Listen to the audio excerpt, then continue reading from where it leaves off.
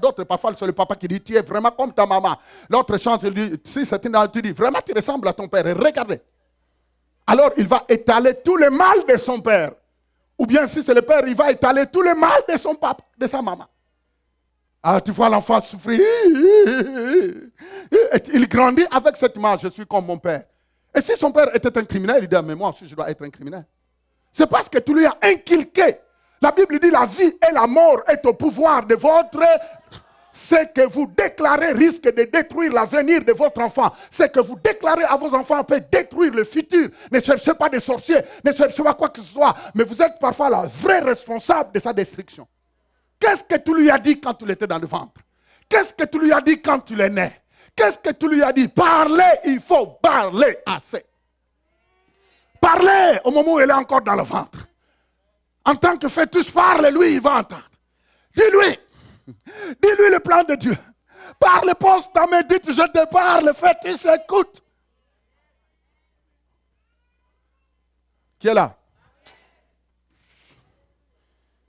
Il faut avoir la foi pour déclarer des choses comme ça.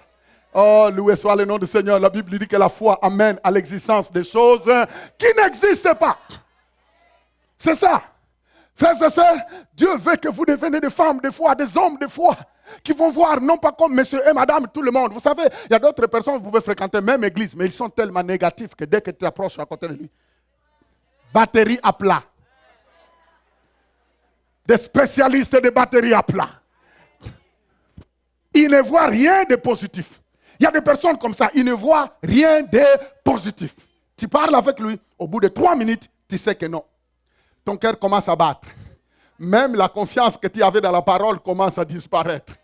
Tu dis, mais est-ce que ça vaut la peine de rester avec une telle personne? Je préfère me retirer un peu pendant quelques minutes parce que ça ne va pas, sinon je vais tout perdre, ma foi. Mais il faut être un aigle qui monte toujours loin et qui regarde tout. Il regarde les canards, il regarde les pigeons, il regarde les hirondelles, il regarde tout, les lapins, tout. Un aigle monte toujours plus haut. Et il pense plus haut. Il voit comme Dieu voit. La parole de Dieu est sa carte routière.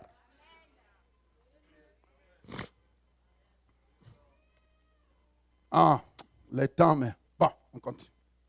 Jésus. Qu'est-ce qu'il dit? 10 combien? 10, 11?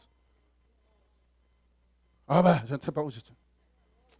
Il dit, c'est aujourd'hui. Alors, voyez-vous, l'ange vient d'expliquer. Tout, c'est aujourd'hui. Une bonne nouvelle. Un sauveur vous est né. Un sauveur. Il dit, un sauveur vous est né. Il dit, l'ange dit, un sauveur vous est né. Loué soit le nom du Seigneur. Vous voyez, c'est quelqu'un seulement qui est perdu. C'est quelqu'un qui est lié, qui a besoin d'un sauveur. Vous voyez pourquoi maintenant on peut parler de la délivrance. Nous avons vu pourquoi l'homme a besoin d'une délivrance.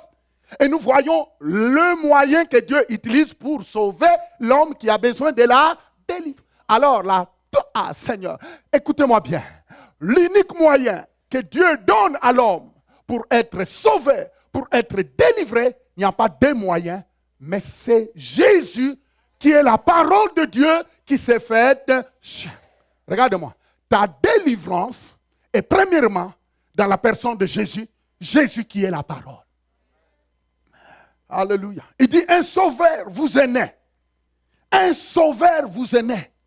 Alors il parlait de Jésus. Frères et sœurs, quand nous parlons de la délivrance, nous devons d'abord savoir qui est capable de nous délivrer.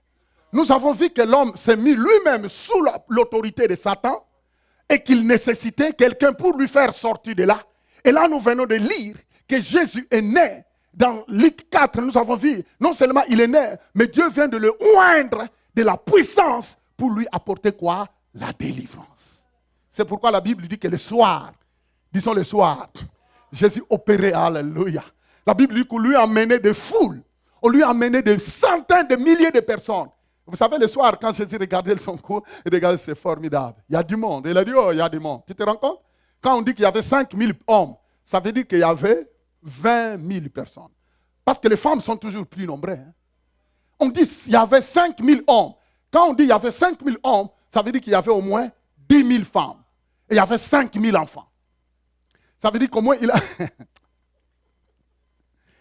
Quelqu'un est là. On comptait seulement parce que dans leur coutume juive, ils comptent seulement les hommes matures. Ils n'ont pas compté le nombre de femmes. Parce qu'il y a 5 000 hommes. Je peux vous dire qu'il peut y avoir 15 000 femmes.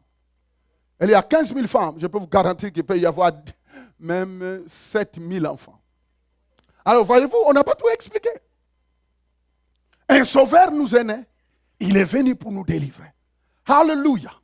Alors, j'aimerais bien aller rapidement. Lisons un peu dans Ephésiens chapitre 6, verset 12. J'aimerais bien, quelqu'un, frère, j'aimerais bien que nous lisions cela rapidement parce qu'il me reste quelques temps seulement. Oh, ça, c'est pour le dimanche, je viens de faire l'introduction pour ce dimanche parce qu'on va continuer. Allez-y, qu'est-ce qu'il dit? Oui, qu'est-ce qu'il dit? Car nous n'avons pas à lutter contre les êtres humains. Écoutez, on continue. Hein? L'apôtre Paul ici, 2000 après, il dit, car nous n'avons pas à lutter contre des êtres qui a compris. Mais regardez-moi ici. Regardez-moi, écoutez-moi, écoutez bien. Nous sommes en train de partir étape par étape. Comment l'homme s'est livré entre les mains du diable, il s'est mis sous son emprise. Comment l'homme nécessitait un sauveur, nous venons de voir la solution. Dieu nous donne un sauveur qui s'appelle qui? Jésus. Maintenant, on nous explique ici, dans le livre de Paul, il dit, car nous n'avons pas à lutter avec la chair et le sang. Alors, écoutez-moi bien. L'apôtre Paul dit, vous chrétiens, vous n'avez pas à combattre avec des humains. Regardez-moi, le plus grand danger actuellement dans les églises, les chrétiens eux-mêmes se dévorent les uns les autres. Attends, je n'ai pas le temps, Seigneur. L'apôtre Paul dit ici que nous n'avons pas à nous combattre avec des humains. Frères et sœurs, arrêtez de voir la personne, mais voyez quel esprit qui est derrière, qui a compris. Parce que sinon tu vas tomber dans un combat physique. Et un combat physique fait toujours des dégâts. Et là, écoutez-moi bien, aujourd'hui là, je connais des doctrines qui sont prêchées où on dit que ta maman est sorcière, ton papa est sorcière, ta tante est sorcière, ton oncle est sorcière.